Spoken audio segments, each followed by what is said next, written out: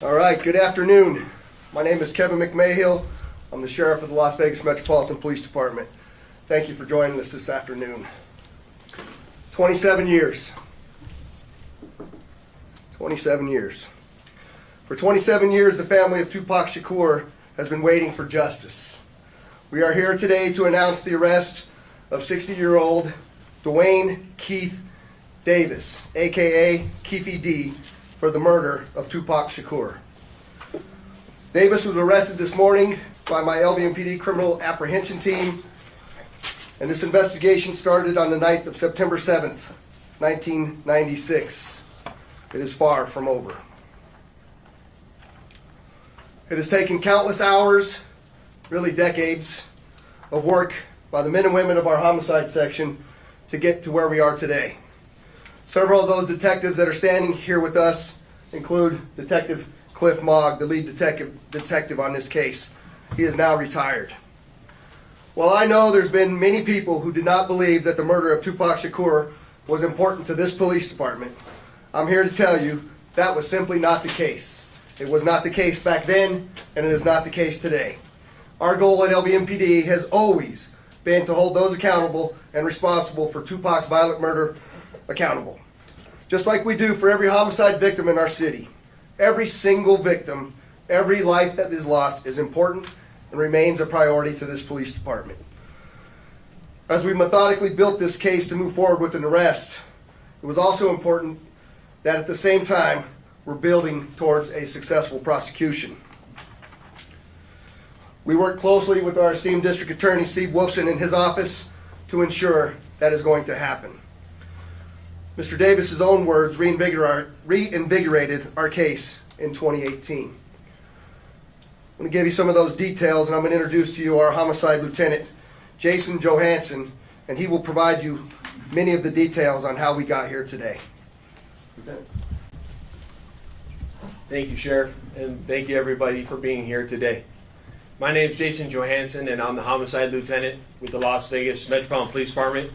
And my goal here today is to walk you through our investigation and what led us to the indictment of Duane Davis, also known as Keffe D, for the murder of Tupac Shakur. This case has been reviewed by our homicide team and homicide detectives for over 2.5 decades. And ultimately, our persistence in this investigation has paid off. Let me walk you through a timeline of events that as we know them right now. Prior to September 7th of 1996, as we all know, Tupac Shakur was an artist who was signed with Death Row Records. And that Death Row Records and its CEO, Marion Suge Knight, were closely affiliated with the Mob Piru criminal street gangs, and that they had an ongoing feud with the Southside Compton Crips. Duane Davis was the leader and shot caller of the Southside Compton Crips. And both of these gangs operated out of the Southern California area of Compton. On the night of September 7th of 1996, Tupac Shakur, along with Suge Knight and members of their entourage, which include members of Mob Piru, came to Vegas to attend the Mike Tyson fight at the MGM Grand Garden Arena. Members of the Southside Compton Crips, which included Duane Davis, along with his nephew Orlando Anderson, were also in attendance at the same event. As both were leaving the fight, members of Death Row Records spotted Orlando Anderson near an elevator bank inside the MGM, and at that time they began to kick and punch him near that elevator bank. I will now show you hotel security footage, as many of you have already seen, related to this incident.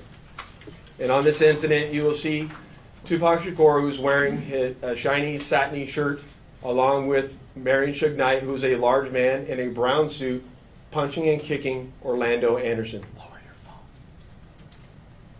Following this incident, you'll see hotel security intervene, and then they will leave the area of the fight.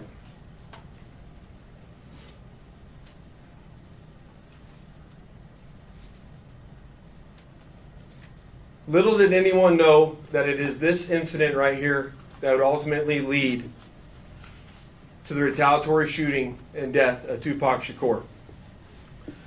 Following this incident, Tupac and Suge Knight both left the MGM to make their way to a post-fight party, which was to occur at a local nightclub. At the same time, word had spread amongst members of the Southside Compton Crips of what had occurred inside the MGM, and then that's when Duane Davis began to devise a plan to obtain a firearm and retaliate against Suge Knight and Mr. Shakur for what occurred inside the hotel against Mr. Anderson. After Davis obtained a gun, he entered into a white Cadillac along with Terrence Brown, DeAndre Smith, and Orlando Anderson. Based on our investigation, this is where we know they were seated. At some point in time, as they were in the white Cadillac, Mr. Davis took the gun that he had obtained and provided it to the passengers in the rear seat of the vehicle. As they were driving west on Flamingo Road near Koval, they had located the black BMW, which was driven by Suge Knight, and in the passenger seat was Tupac Shakur.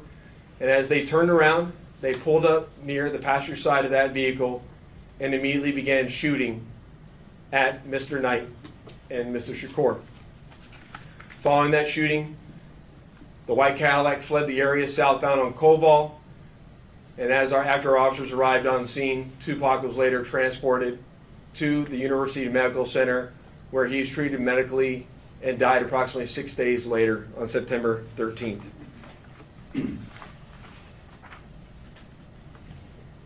My homicide section handled this investigation from its onset and for a short amount of time.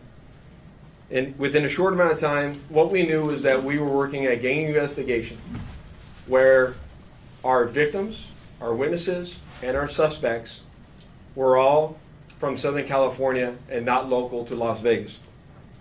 Within the first few months of the investigation, our detectives knew most of the information I just briefed you on.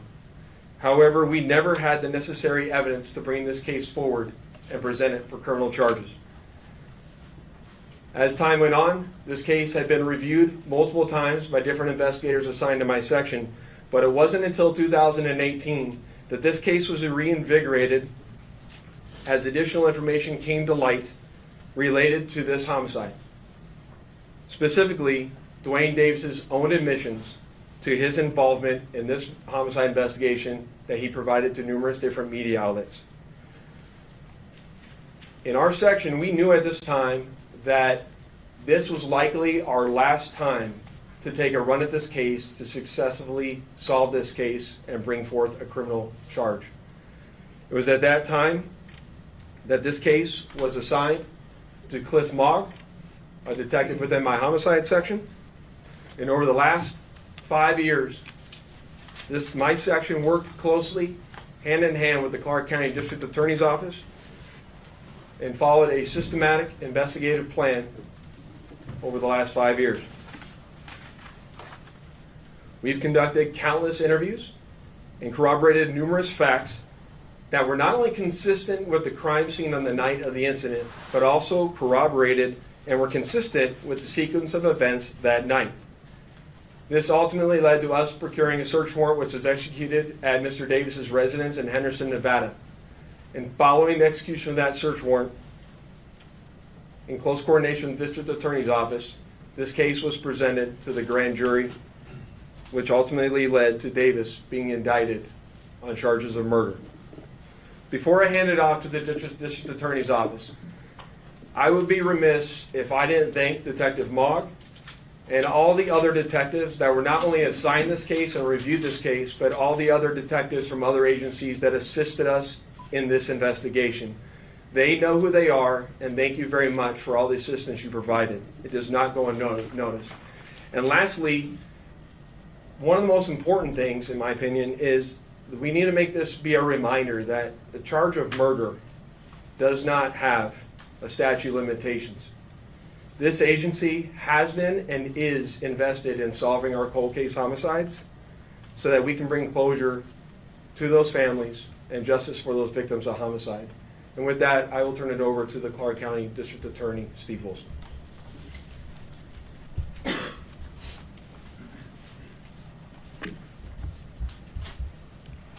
Thank you, Lieutenant Johansson. I appreciate it. Good afternoon. I am the Las Vegas, Clark County District Attorney Steve Wolfson. It has often been said, justice delayed is justice denied. It's a quote we hear often and for many, many years when talking about our legal system, but not in this case. Today, justice will be served in the murder of Tupac Shakur. I'd like to acknowledge the relentless work of the many Las Vegas Metropolitan Police Department homicide detectives. We've mentioned Detective Cliff Mogg many times, and we can't mention his name enough. He is the detective, along with his colleagues, that brought this case here today to you. A Clark County grand jury has indicted Duane Keith Davis with 1 count of open murder with use of a deadly weapon with a gang enhancement. Davis will appear in court in the next few days or so for a hearing to determine his custody status and to set a jury trial date. This grand jury has been receiving evidence for months and has determined there is sufficient evidence to justify the filing of this criminal indictment. I've assigned 2 of my top prosecutors, Mark DiGiacomo and Banu Palal, to prosecute this case. I know a lot of people have been watching and waiting for this day. Tupac Shakur is a music legend, and for a long time, this community and worldwide have been wanting justice for Tupac. Today, we are taking that first step.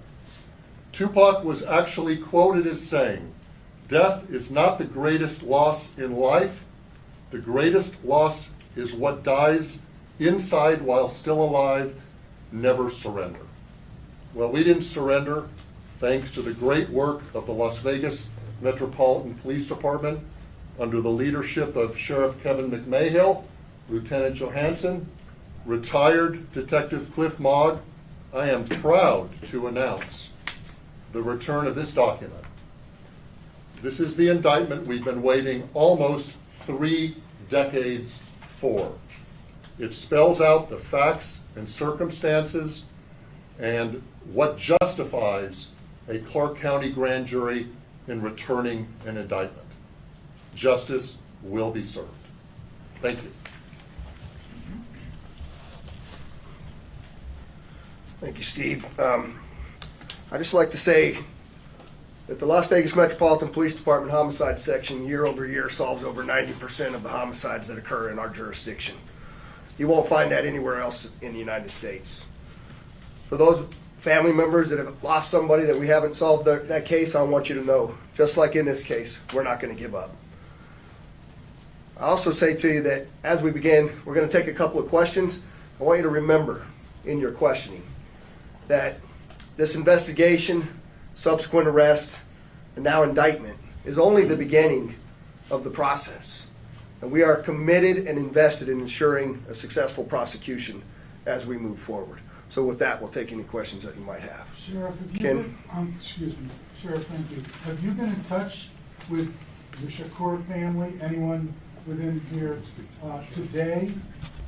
And if so, can you characterize what they told you? The family has reached out to my office. I imagine also to Metro. We've been in communication with them. We understand that they are welcoming this news, they are pleased with this news, and they are certainly aware of the return of this indictment. Do you anticipate them being at court for arraignment of Mr. Davis? I don't think they'll be at the arraignment. I mean, that's a relatively short hearing, but I know that they'll be involved. I know that they'll want to be apprised of what goes on a frequent basis. Go back. Can you talk about any of the statements that he made that piqued your curiosity again or got you back into this case? Jason, will answer that. We're not going to talk about any particular statements, but maybe he can address that globally.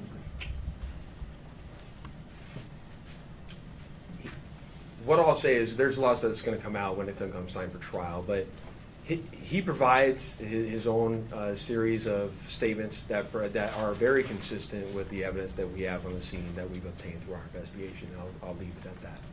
Can you identify anything that came from the raid, I'm sorry, the service of the warrant in July that you didn't know before?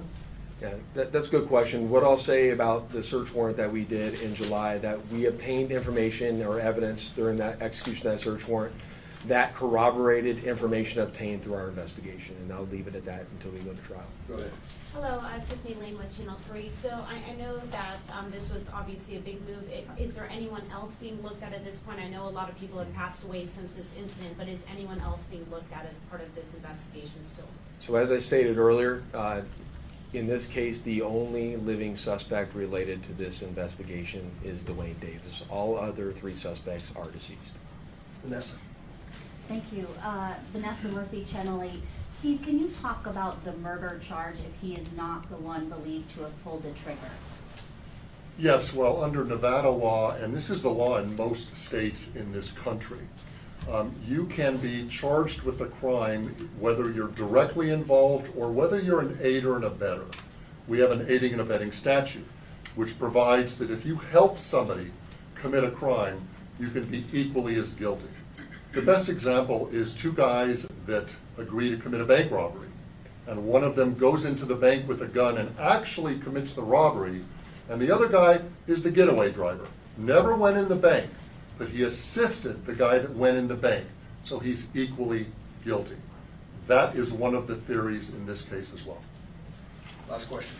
Do investigators believe that Davis was the only person behind the plan to kill Tupac, or was he one of multiple people who came up with this plan?